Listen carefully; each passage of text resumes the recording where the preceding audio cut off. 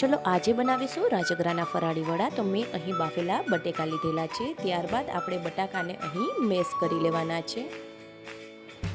તો અહીં આપણે ગ્રીન મરચાં એડ કરી દેવાના છે. ત્યારબાદ મરી પાવડર નાખીશું, ધાણા જીરું પાવડર એડ કરી દેવાનો છે. ત્યારબાદ અહીં શુગર પાવડર એડ કરીશું. ત્યારબાદ તલને પણ અહીં એડ કરી દેવાના છે. શેકેલા જીરાનો પાવડર નાખીશું. ત્યારબાદ સ્વાદ પ્રમાણે મીઠું એડ કરી અને ફ્રેશ કોથમીર એડ કરી દેવાની છે. રોસ્ટ કરેલા બીનો પાવડર એડ કરી દેવાનો છે. ત્યારબાદ અહીં રાજગરાનો લોટ એડ કરી દેવાનો છે. હવે મિશ્રણ અહીં આપણે રેડી કરી લેવાનું છે.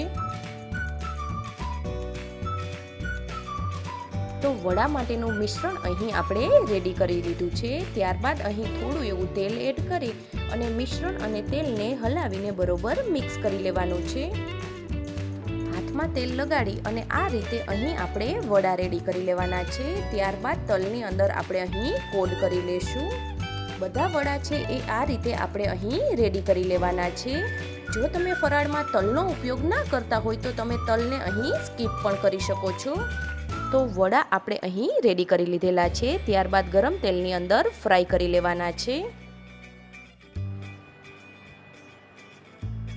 તો થોડી વાર બાદ આપણે વડાને પલટાવી નાખવાના છે.